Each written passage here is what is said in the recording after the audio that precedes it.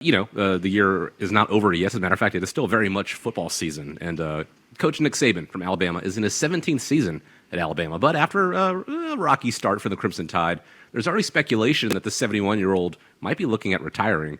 Here is sports broadcaster Paul Feinbaum on ESPN's Matt Berry show. Saban is on short time. I mean, come on. Nick Saban spent $17.5 million buying a home on Jupiter Island. I'm just asking my friends in Alabama, if your head coach just dropped $17.5 million, that to me sounds like a retirement home. Whether you're a football coach or anybody else, knowing when it's time to walk away, when to retire, is a significant decision. How do you guys help clients make this decision? Well, look at Nick Saban.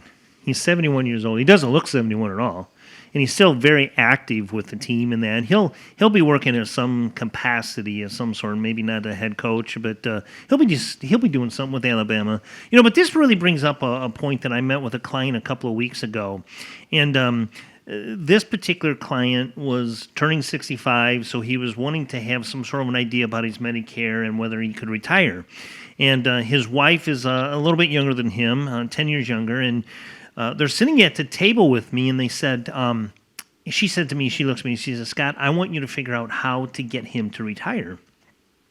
And I looked at him, and I was talking to him, and he's a laborer. He works at a body shop and painting cars and hammering on the metal and that. And you could tell that this guy was physically beat up, right? I mean, he was just at a point where he loved his job. He loves the people he works with. But physically, it's getting to a point where he needs to make a decision. So when you look at how do you help clients know when it's time to retire, I look at it from the physical aspect of it for them, right? And not necessarily the financial, because that's what you guys do. But so, I ended up referring him to Chaz, and, we sat down and we put a game plan put together for them to say, okay, here's the resources you have available. Here's what your costs are going to be when you do retire with Medicare, and here's how you can supplement that income if you retire now. So, it worked out really well. I just actually saw him. He was in the office the other day, and he, shook my hand and thanked me, and he said, looks like it's going to happen. So, that's one way that I help people. But, Nolan, how do you help somebody looking to retire and determining whether it's ready or not? Well, I think this is an area where a lot of those decisions, they kind of overlap each other because, healthcare is a major concern for people, whether they retire before 65. I know we've got a lot of events going on right now where we're talking about Medicare, a couple of sold-out crowds that we have. But if you wanted to get those dates on those upcoming events that we have, just go to arhq.com. Click on the events tab. You can see some of those upcoming events that we have. When we look at it, though, and you look at the example of knowing when to retire, you use that example of a client age 65. I also think of another case that we worked with. I'll call them Lee and Sarah. In their particular situation, what they had to do is they had to figure out how to bridge the gap of getting from age 62 to 65. He already had it in his mind made up that he was going to retire, and he was going to retire at the end of the year. So, folks, for anybody that is listening to today's show, if you're thinking about retiring in the year 2024, this is why you want to get on our schedule before year end, because there are some specific steps that we can take that could help you get retirement ready for 2024. So in Lee's and Sarah's example, their mind was made up. He was going to retire at the age of 62 and finish up at the end of this year. January 1st was his retirement date. This was 2 years ago. Now, looking at his situation, he was over the age 59 and a half. And what a lot of folks don't realize is once you're over the age 59 and a half, you oftentimes have more flexibility to be able to access funds from your 401k. Sure.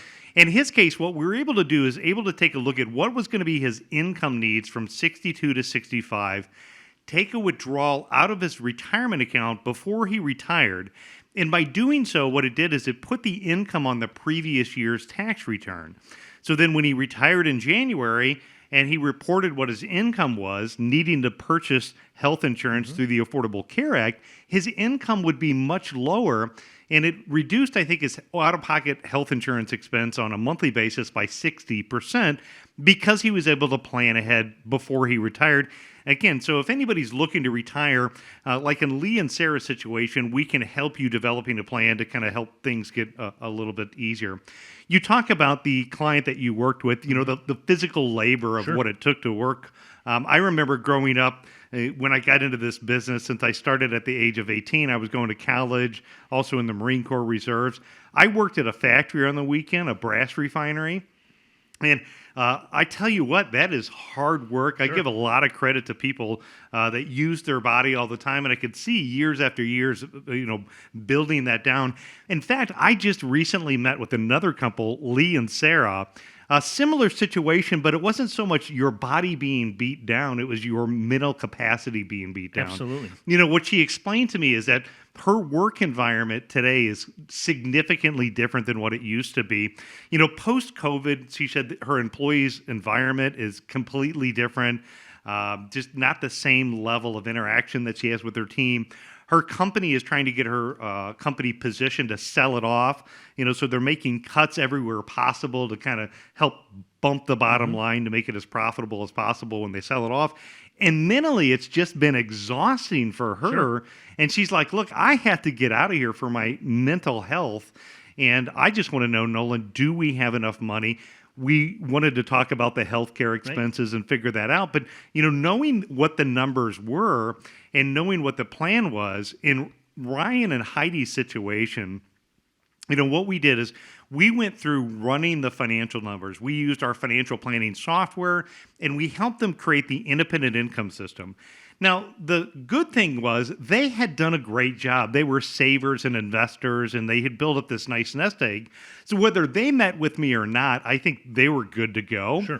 So our decision and their plan was, how do you go from good to great? We took a look at, if you're not going to get up and go to work every single day, how do we go through developing a plan of looking at your investments, looking at your taxes, looking at your insurances to make decisions to try to maximize every single dollar to get your money to work harder for you. So we go through this CFO checklist as part of that process and able to give them confidence. So again, for those folks that are out there listening, if you want to think about retirement and want to know, how can we help you? There is some great ways that we could help you either gain confidence or at least tell you, here's the steps that you need to take in the next couple of years to get retirement ready.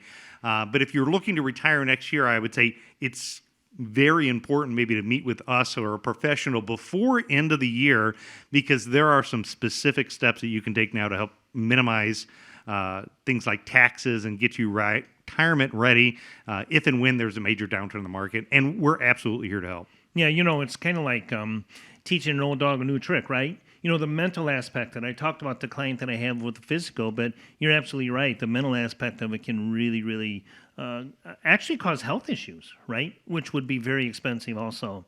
So, like Nolan said, we're here to help and, reach up, look us up on the web and reach out to us, and we're here for you.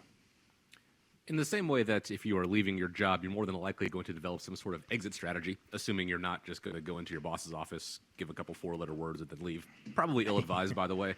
But you should also make sure you have a proper strategy going into retirement for you when you clock out for the last time. And there's no time like the present, like Nolan and Scott said, to really go ahead and start putting that plan in place. It all starts with that phone call, 419-794-3030. You can also go to the website, arhq.com. A lot of events coming up to help have that conversation a little further in a more educational setting. Or if you can't make those and you just want to skip the line and get directly in front of them and start developing that plan for you, once again, the number 419-794-3030.